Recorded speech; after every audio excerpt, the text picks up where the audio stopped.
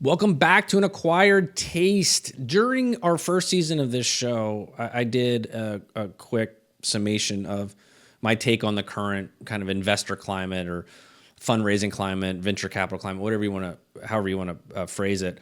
And I got probably more like texts and emails and things like that about that, kind of follow-up questions that I thought were really interesting. And there were a couple of takeaways.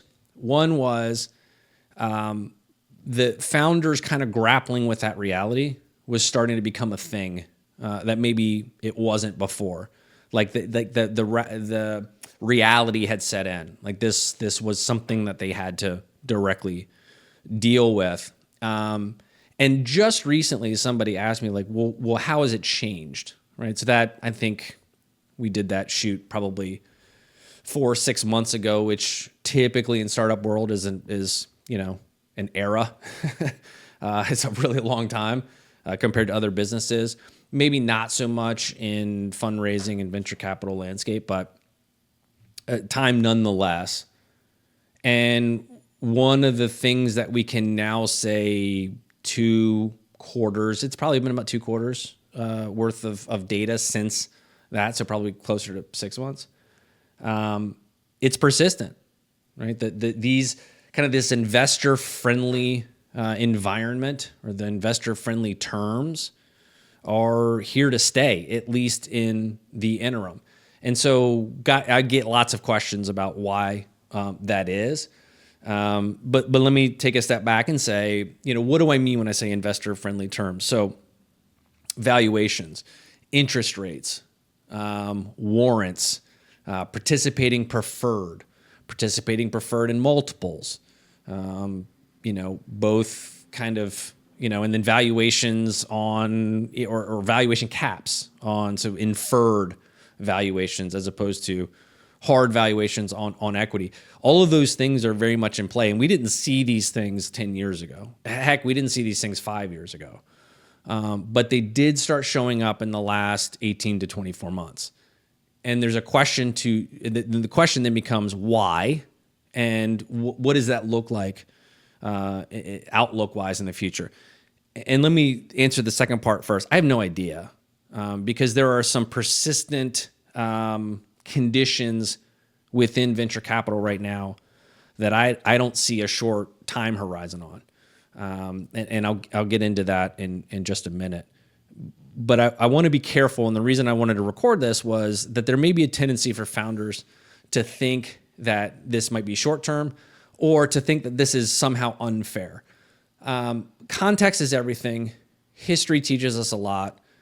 And there's a few reasons why this is going to be persistent, and there's a few reasons why I would say this isn't necessarily unfair, or at minimum, I don't think it's super helpful to think about this as unfair. I think it's more helpful to understand why it's happening, and then understand kind of the context and the history behind that. So first, let me start with why this may be persistent for some period of time. There were a lot of bad investments made during the frothiest waves of venture capital. And I mean, look at that 2018, 2019 to 2022 timeframe even. One thing that I think surprised a lot of us, certainly surprised me, was the amount of activity during the height of the pandemic. We set all sorts of records in total deal volume, total deal value across the stages of startups. And I'm not just talking about late stage or early stage, across the stack or across the spectrum of stages. And millions were invested during that time in fundamentally flawed businesses. And that could be, even as fundamentally flawed as the unit economics were never going to produce a profit. There is no timeline for some of these models with the unit economics that they had that they could possibly make a profit in the core economics of their company. Yet they still raised millions of dollars. Hindsight's 2020, but even when it was happening, there were a lot of people who looked at stuff and said, this doesn't make any sense. And many funds and fund managers folded or failed to raise capital based on poor discipline around those investments, bad luck, market conditions. There's a lot of reasons, but there's a lot fewer funds and fund managers, especially smaller funds, boutique funds, than there were even 2 years ago. So capital continues to flow to larger and more established funds. Sequoia's not hurting, right? Andreessen Horowitz isn't hurting. The biggest of the big are doing just fine. Even the private equity groups doing just fine, raising tons of money, hundreds of millions of dollars, and that capital keeps flowing there. As a matter of fact, capital seems to be consolidating around a lot of those bigger funds and certainly around the bigger deals. Look at anything in AI and you'll see that consolidation of investments going to a handful of companies, hundreds of millions of dollars. So access has become a problem. Access to that capital becomes a problem. There was also bad behavior by founders, right? Ownership is ownership. We're going to talk about investors in a second and how they acted poorly too, but there was bad behavior by founders.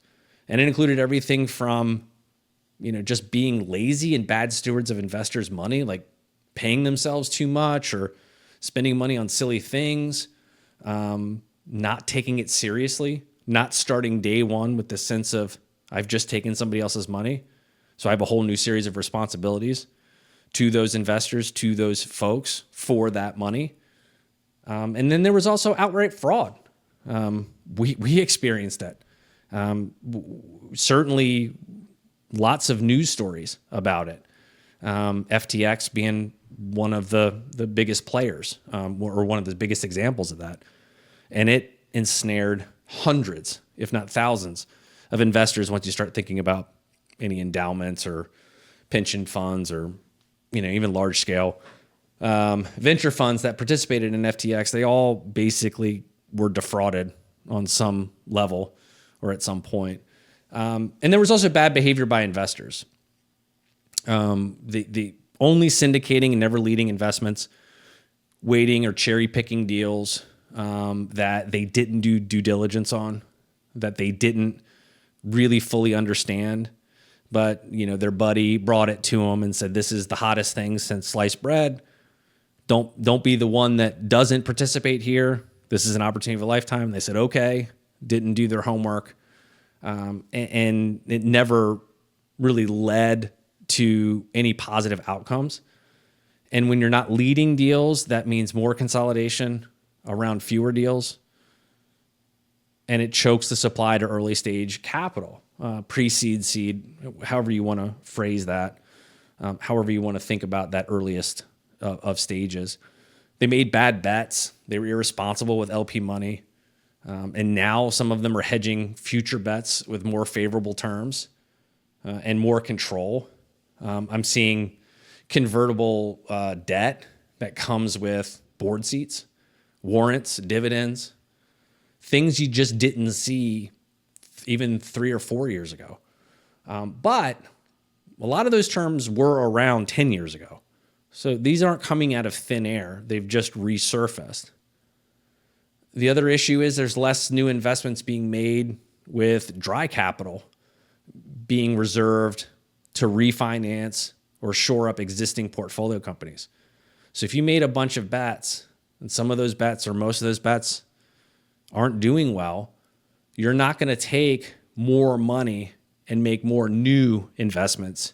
You're going to try to shore up those investments in your portfolio, those portfolio companies that seem to have a path forward. That's where you're going to spend your money. So less new deals, more likely less new deals means less early stage deals, because that's where you need it the most as far as that flow of capital at that stage of company, at that stage of investment. And then I've said this before, and this is still a persistent issue. There's a lack of liquidity for investors. They're just not getting their money back out of their investments. There's very little M&A activity going on, almost no IPO activity. And when that happens, that really chokes the velocity of the whole capital stack, meaning that if investors don't get their money back from investments they made 3, 4, 5 years ago, you can't really expect them to go and throw new additional capital back into the asset class because they haven't seen any of their money come back. So they do get more cautious. They can't reinvest proceeds because those assets haven't produced liquidity, haven't produced proceeds.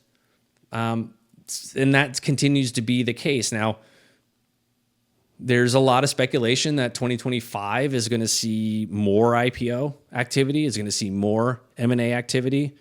There is a lot of dry powder out there where people are still sitting out the market for the time being.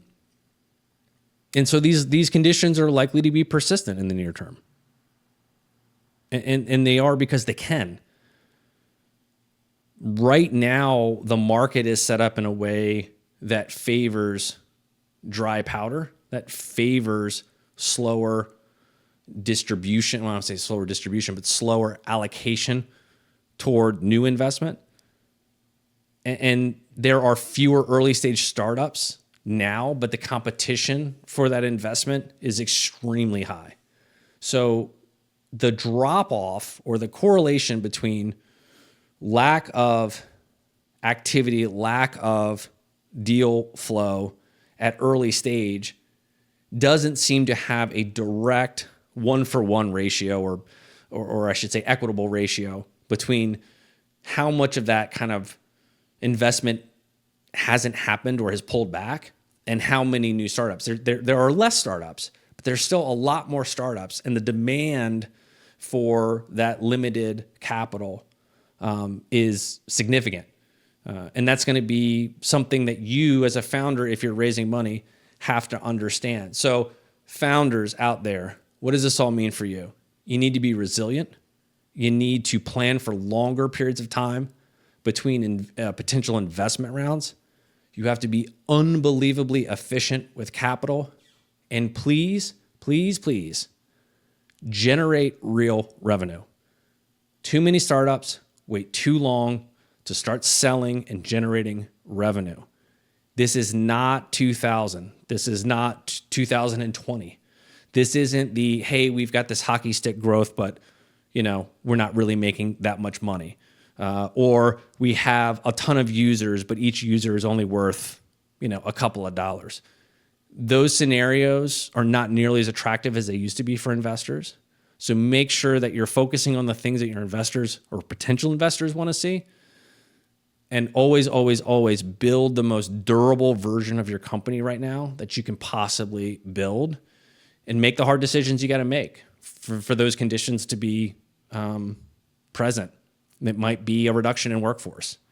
It might be, lowering salaries. It might be taking away perks. It might be going to a smaller office if you even have an office.